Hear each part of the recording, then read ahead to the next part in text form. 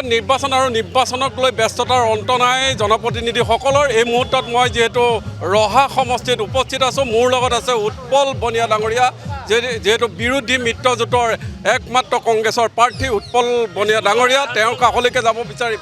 দাদা, প্ৰথমে আপোনাক স্বাগতম। বহুত বহুত ধন্যবাদ। আৰু নিশ্চয় আচলতে আমি চুবুৰীয়ে চুবুৰীয়ে ঘূৰি ফুৰিছোঁ, আমি গলিয়ে গলিয়ে গৈছোঁ আৰু দোকানে দোকানে আমি গৈছোঁ, ৰাইজৰ ভোট ভিক্ষা মাগিছোঁ আৰু ৰাইজে ইতিমধ্যে ৰেডি হৈ আছে। কাৰণ ৰহাত আচলতে 7টা বছৰে আমি যথেষ্ট ৰেহা ৰাইজৰ মাজত আছিলোঁ। ক'ভিডৰ সময়তে হওক, বানপানীৰ সময়তে হওক, কাৰোবাৰ মৃতদেহ সৎকাৰৰ সময়তে হওক বা মানুহৰ যেতিয়া অভাৱ অভিযোগ আছে সেই সময়তে হওক, আমি সকলো মুহূৰ্ততে আচলতে ৰহা ৰাইজৰ মাজত আছিলোঁ। আৰু যিখিনি ফুলগুৰি ঢেবাত আমি উপস্থিত আছোঁ, যি ফুলগুৰি ঢেবা ভাৰতৰ প্ৰথমখন কৃষক বিদ্ৰোহ হৈছিলে আৰু এই ফুলগুৰি ঢেবাৰ আমাৰ ৰহাৰ কাৰণে আচলতে গৌৰৱস্থলী। যি গৌৰৱস্থলীত আচলতে আজি আপোনালোকে এটা নিজে পৰিৱেশটো দেখা পাইছে, যি পৰিৱেশত এই মেইন সন্মুখত মধ্য ৰাস্তা, ইয়াৰ পৰাই আচলতে বহু লোক চাপৰমুখলৈ যায়, ইয়াৰ পৰাই মেইন ৰাস্তালৈ যায় আৰু ইয়াতে যিখন ভাৰতবৰ্ষ প্ৰথমখন যি আমাৰ বজাৰ আছিলে, সেই বজাৰখন আচলতে আমাৰ ইয়াৰ পৰাই আৰম্ভ হৈছে আৰু স্কুল কলেজলৈ মানুহবোৰ যায়। আৰু এনেকুৱা পৰিৱেশ এটাত আমাৰ ৰহা ৰাইজ জীয়াই আছে, এনেকুৱা পৰিৱেশত ফুলগুৰিবাসী জীয়াই আছে আৰু য'ত ফুলগুৰিতে আচলতে বিধায়কৰ ঘৰ, আৰু বিধায়কৰ ঘৰ ফুলগুৰিত থকা পাছতো একে ইয়াৰ পৰা মাত্ৰ 1 কিলোমিটাৰ দূৰত্বও নহয় তেখেতৰ ঘৰ আৰু তেখেতৰ নিজৰ ৱাৰ্ডত আজি নিজৰ কাষতে থকা ৱাৰ্ডত আজি পানীৰ মাজত মানুহ জীয়াই ভুগিব লগা হৈছে। যিখন বজাৰ আছে সেই বজাৰখনত এতিয়ালৈকে কোনো ধৰণৰ ভালকৈ বজাৰ কৰিব পৰা, যি উন্নতমানৰ বজাৰ কৰিব পৰা, কাৰণ এই বজাৰখন হৈছে গোটেই অসমৰ ভিতৰতে প্ৰথমখন বজাৰ, সাপ্তাহিক বজাৰ। সেই বজাৰখন যি উন্নতি প্ৰযুক্তিবিদ্যা লাগে, যি ধৰণৰ উন্নত মানদণ্ড লাগে, যি আমাৰ গৰু বজাৰ আমাৰ ফুলগুৰিৰ কাৰণে বিখ্যাত, সেই বজাৰখন ঠিক কৰিব লাগে। এই ক্ষেত্ৰত আচলতে বিফলতাই তেখেতৰ প্ৰথম চানেকি তেখেতৰ নিজৰ মণ্ডলত, নিজৰ ওচৰতে থকা ৱাৰ্ডত। যিহেতু দেখা পোৱা গৈছে যে তেওঁলোকে সকলো সময়তে উন্নয়নৰ কথা কয়, উন্নয়নৰ অগ্ৰগতিৰ কথা কয়, কিন্তু যিহেতু দেখা পোৱা গৈছে যে এতিয়াও বহুখিনি কাম বাকী আছে বিধায়কগৰাকীয়ে কৰিবলৈ। আৰু যিহেতু বৰ্তমান নিৰ্বাচনে এনে সময়ত কেনেকুৱা ৰাইজৰ যিটো সঁহাৰি, সেইটো আপোনাৰ দিশে কেনেকুৱা? নিশ্চয় ৰাইজে বিপুল সঁহাৰি দিছে।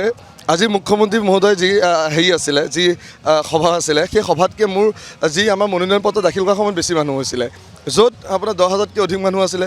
75%তকৈ অধিক লোক কেৱল মানুহ মাৰোৱাৰী, বেংগলী, আমাৰ যিমানবোৰ জাতি জনজাতি আছে সকলোবোৰ, কাৰ্বি, চাহ বাগানী, সকলো লোক আচলতে উপস্থিত আছিলে। সেইদিনাই আচলতে ভয় ভাবুক খাইছিলে।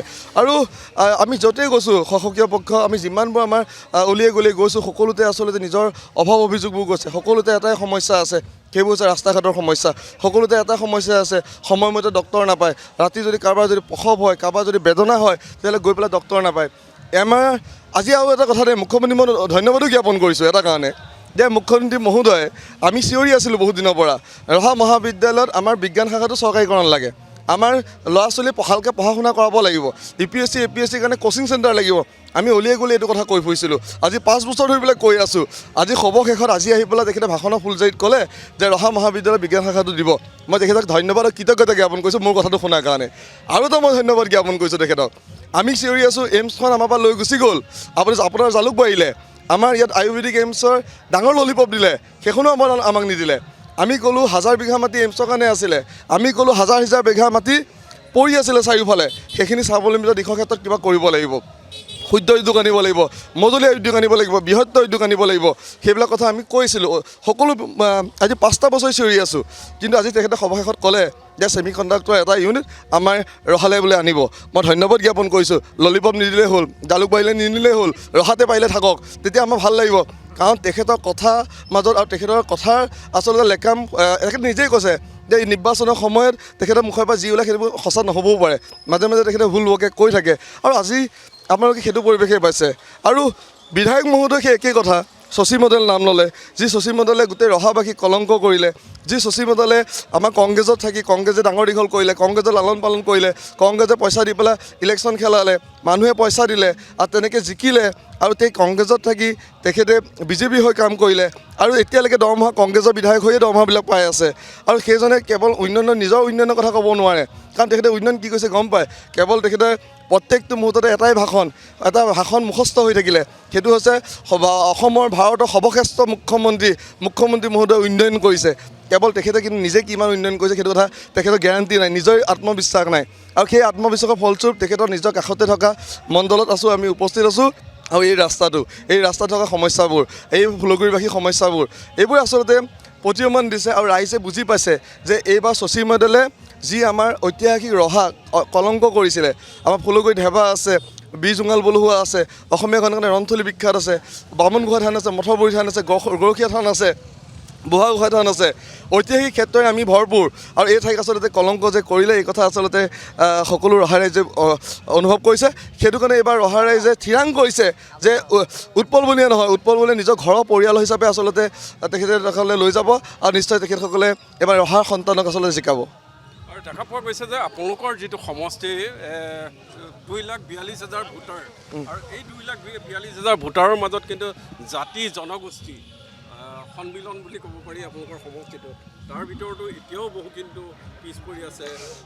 তেনেকুৱা বহু জাতি আছে, ধৰি লওক অনুসূচিত জাতি হওক বা বিভিন্ন জাতি হওক, যদি আমি কিন্তু খোৱা পানীৰ অসুবিধাত পৰে, বিজুলী বাতিৰ অসুবিধাত পৰে। চাওক, আপুনি অলিয়ে গলিয়ে সুধি চাব পাৰে আজি ৰহা টাউনখনো কি বিলাই হৈ আছে। ৰহা টাউন যিমান উন্নয়ন কৰিব লাগিছিলে, আজি ৰহা টাউন আমি উন্নয়ন কৰিব পৰা নাই। চাবমুখ ৰেল জংচনৰ কাষতে থকা ৰাস্তাবিলাক এতিয়াও বেয়া হৈ আছে, তাৰ সুযোগ ব্যৱস্থা নাই। গৰাখহনীয়া এতিয়া আমাৰ সমস্যা হৈ আছে। জাতি উপজাতি সকলোৱে আচলতে বাসস্থান, বৰ অসমৰ যি আমি সপোন দেখোঁ, সেই গোটেই অসমখন কিন্তু আমাৰ ৰহাতে সোমাই আছে। তথাপি কিন্তু আমি পিছ পৰি আছোঁ, কাৰণ আমাৰ কথা ক'বলৈ বিধায়ক নাই, আমাৰ কথা ক'বলৈ বিধানসভাত এজনো বিধায়ক ওলোৱা নাই যিয়ে আমাৰ সমস্যাৰ বিষয়ে ক'ব, আমাৰ মানুহৰ দুখ দুৰ্দশাৰ কথা ক'ব, জনসাধাৰণৰ কথাবোৰ বুজি পাব। কেৱল মাথো ব্যক্তিগত স্বাৰ্থৰ কাৰণে, নিজৰ ক্ষমতা আহৰণৰ কাৰণে, নিজৰ সম্পত্তি কেনেকৈ এগুণৰ পৰা 10 গুণ কৰিব পাৰি, কেনেকৈ তেখেতৰ ডিমৌ বাইপাছৰ পৰা তেনেকৈ বিল্ডিংটো ডাঙৰ কৰিব পাৰি, কেনেকৈ তেখেতসকলে যিবিলাক কংগ্ৰেছী আছে, কংগ্ৰেছত থাকি দুৰ্নীতি কৰি বিজেপিলৈ গ'ল, কেনেকৈ নিজৰ ঘৰটো ডাঙৰ ঘৰ কৰিব পাৰি, কেনেকৈ নিজৰ সম্পত্তি বঢ়াব পাৰি, এইবিলাকতে আচলতে চিন্তা চৰ্চাই আচলতে গোটেই ৰহাবাসীক আচলতে শেষ কৰিছে। আৰু ৰহাবাসীয়ে বুজিও পাইছে, আৰু বুজি পোৱাৰ ফলস্বৰূপে আপোনালোকে দেখা পাব আজি আমি য'তেই গৈছোঁ অলিয়ে গলিয়ে তাতে মহিলাসকল ওলাই আহিছে, তাতে বৃদ্ধ লোকসকল ওলাই আহিছে, যুৱ প্ৰজন্মৰ কথা ক'বই নালাগে, সেই সকলোতো ওলাই আহিছে। আৰু মই আশাবাদী যে ৰহা ৰাইজে এইবাৰ ৰহা উন্নয়নৰ কাৰণে নিজৰ ঘৰৰ ল'ৰাটোক আচলতে উলিয়াই দিব। কিন্তু 1250 টকা তেওঁলোকে আঁচনি দিছে বিজেপিয়ে, আৰু আজিকালি যি মহিলা সবলীকৰণৰ ক্ষেত্ৰত তেওঁলোকে বহু কাম কৰিছে বুলি কয়, এনে ক্ষেত্ৰত আপোনাৰ চাওক, কথা এটা কৈছোঁ, আমাৰ যিবিলাক আঁচনি আছে সেইবিলাকে কেৱল নাম সলনি হৈছিলে। দ্বিতীয় কথা হৈছে, যদি আঁচনি পাইছিলে কিমানে আঁচনি পালে সেইটো এটা ব্যক্তিগত বিষয়। আৰু 1,23,000 মানুহ আছে, মহিলা আছে, তাৰ ভিতৰত পাইছে কিমান? 37,000-38,000 মহিলাহে পাইছে, বাকীখিনি মহিলা ক'ত গ'ল? দ্বিতীয় কথাটো হৈছে, কোনসকল মহিলাই পাইছে? যিসকল দিব্যাংগ মহিলা, সেইসকলে দিব্যাংগ লোক, সেইসকলে পাইছে নেকি? বহুখিনি মানুহে পোৱা নাই, যোনে প্ৰাপ্য আছে সেইখিনিয়ে পোৱা নাই। আমিও কৈছোঁ আঁচনিৰ কাৰণে ভয় কৰিব নালাগে, আমাৰ পৰাও থাকিব। আমাৰ 50,000 টকাকৈ এককালীনভাৱে ব্যৱসায় কৰিবৰ কাৰণে মহিলাসকলক দিয়া হ'ব। বৃদ্ধ লোকসকলক 1250 টকা আমাৰ দিয়া হ'ব, আমাৰো কৈ আছে। কাৰণ এই বস্তুতে আমি কিন্তু গুৰুত্ব আৰোপ কৰিছোঁ স্বাৱলম্বিতাৰ দিশত, সবলীকৰণৰ দিশত। মানুহ যাতে সবলীকৰণ হয়, আমাৰ কেৱল মাত্ৰ চৰকাৰী পইচা ক্ষেত্ৰত যাতে মানুহে ফচি থাকিব নালাগে, বহি থাকিব নালাগে, সকলোৱে ব্যৱসায় কৰিব লাগিব, সকলোৱে উন্নত কৰিব লাগিব, তেতিয়াহে আমি আগবাঢ়িব পাৰিম। এই কথা গৌৰৱগৈ ডাঙৰীয়ে ভালকৈ অনুভৱ কৰে। আৰু গৌৰৱগৈ ডাঙৰীয়ে ইতিমধ্যে তেখেতে প্ৰতিশ্ৰুতি দিছে, গেৰাণ্টি দিছে। আৰু এই গেৰাণ্টিৰ কথা ৰহাবাসীয়ে গম পাইছে, অসমবাসীয়ে গম পাইছে, যিদৰে সকলোতে ঢৌ হৈছে। আৰু ৰহাত কিন্তু অলিয়াই গ'লে কিন্তু উৎপল বনে, সেইটো কথা সকলো মানুহে জানে। ধন্যবাদ। যিহেতু দেখা পোৱা গৈছে এতিয়াও আপোনাৰ যথেষ্ট সমৰ্থক আছে, ইয়াৰ ভিতৰত বহু মহিলাও ওলাই আহিছে, এনে ক্ষেত্ৰত যিহেতু আপুনি অহা নিৰ্বাচনত কিমান ভোটেৰে জয় লাভ হ'ব বুলি চাওক, মই কৈ আছোঁ যিজনে কংগ্ৰেছী যিজনে খেলিছে তেখেতৰ ধনবল আছে, কিন্তু আমাৰ লগত জনসাধাৰণ আছে, জনবল আছে। আৰু এই জনবল এনেকুৱাকৈ জনশ্ৰুতি বব, সেইদিনা আপোনালোকে দেখা পাব 4 মে'ৰ দিনা কেনেকুৱা জনশ্ৰুতি আহে, ফল কেনেকুৱা হয়। আৰু আমি আশাবাদী, ৰহাবাসী ৰাইজ আশাবাদী, এইবাৰ নিজৰ ল'ৰাটোক আগুৱাই দিব। যিহেতু আপুনি কৈছে যিটো সময়ত সাংসদগৰাকী আপোনাৰ লগত থাকিব লাগিছিলে, নগাঁৱৰ সাংসদগৰাকী প্ৰদ্যুৎ বৰদলৈ ডাঙৰীয়া, তেনে ক্ষেত্ৰত কিন্তু দেখা পোৱা গ'লে যে নিৰ্বাচনৰ আগে আগে তেওঁ দল সলনি কৰি তেওঁ নিজৰ চকী গাদী ৰক্ষাৰ কাৰণে তেওঁ বিজেপিলৈ গমন কৰিলে। আৰু এনে ক্ষেত্ৰত যিহেতু কংগ্ৰেছৰ বহু লোকে কিন্তু এই ক্ষেত্ৰত অভিযোগ উত্থাপন কৰিছে। চাওক, মই শশী মডেলটোৰ কথা ইতিমধ্যে কৈছোঁৱে। শশী মডেলে ৰহাবাসীক শেষ কৰিলে, ৰহাবাসীক কলংক কৰিলে। আৰু ব্যক্তিগত স্বাৰ্থৰ কাৰণে কোনে কি কৰি আছে সেইটো ৰহাবাসীয়ে সকলোৱে জানে, অলিয়ে গলিয়ে জানে। যিজন মানুহে সামাজিকভাৱে দায়বদ্ধতা নহয় যিকোনো অনুষ্ঠান প্ৰতিষ্ঠানত মাতিলে তেখেতে নাযায় মানুহক দিনটো ধৰি পেলাই বহাই থয় মানুহক লগ নকৰে আজি 6 মাহ মান ধৰি পেলাই তেখেতে মিঠা হাঁহিয়ে মানুহক মাত দিছে কিন্তু তাৰ 4.5 বছৰ কিন্তু তেখেতে মাত দিয়া নাই আৰু এই বস্তুটো সকলো উলিয়াই গ'লে গম পাইছে ৰাইজে গম পাইছে ৰাইজে অনুভৱ কৰিছে আৰু সেইটো কাৰণে উলিয়াই গ'লে কিন্তু ৰাইজ ওলাই আহিছে আচলতে ৰাইজ ওলাই অহা অৰ্থ কিন্তু তেখেতৰ যিটো ফল সেই ফলটো সময়ত আচলতে ভুগিব আৰু ৰহা ৰাইজে ইতিমধ্যে সিদ্ধান্ত গ্ৰহণ কৰিছে ৰহা ৰাইজে কাক জিকাব আপোনাৰ প্ৰথম কাম কি হ'ব যদি বিধায়ক হৈ জয়ী হৈ আহে আপুনি দেখিলে ফুলগুৰিত আছোঁ ফুলগুৰি ৰাস্তা বেয়া ফুলগুৰিত আছোঁ ফুলগুৰি যিটো বজাৰ আছে সেই বজাৰ উন্নতিকৰণ কৰিব লগা আছে স্বাৱলম্বিতা দিশৰ কথা আহিব য'ত আমাৰ হাজাৰ বিঘা মাটি পৰি আছে তাত আমি ল'ৰা ছোৱালীক স্বাৱলম্বিতা কৰিব লাগিব আমাৰ যুৱ প্ৰজন্মই ইয়াৰ পৰা যাতে কেৰালা যাব লগা নহয় আমাৰ যুৱ প্ৰজন্মই যাতে বেংগলোৰ যাব লগা নহয় সেই কথাটো আমি ঠিক কৰিব লাগিব আমাৰ স্বাস্থ্যৰ ক্ষেত্ৰত এইমছ নাই পোৱা উপকেন্দ্ৰবিলাক ঠিক কৰিব লাগিব আমাৰ ৰন্থলী PHCত এতিয়ালৈকে 24 ঘণ্টা ডক্তৰ নাই 200 বিচনাযুক্ত চৰকাৰী চিকিৎসালয় আমাৰ এতিয়ালৈকে অভাৱ হৈ আছে আমি এইবোৰ অভাৱ পূৰ কৰিব লাগিব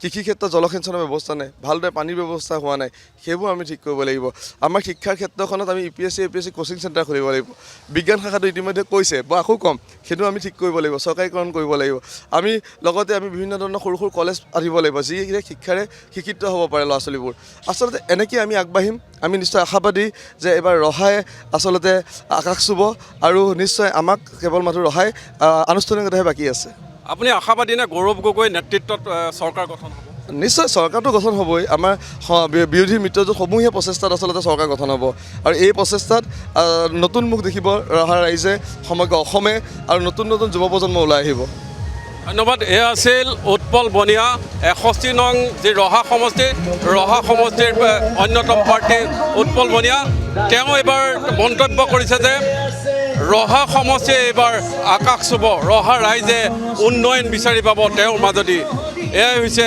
ৰহা সমষ্টিৰ যি শ্লোগান ৰহা সমষ্টিয়ে উন্নয়ন ঢুকি পোৱা নাই বৰ্তমানলৈকে আৰু তেনে সময়ত এইগৰাকী নৱপ্ৰজন্মৰ প্ৰাৰ্থী ওলাই আহিছে ৰহাৰ উন্নয়নৰ বাবে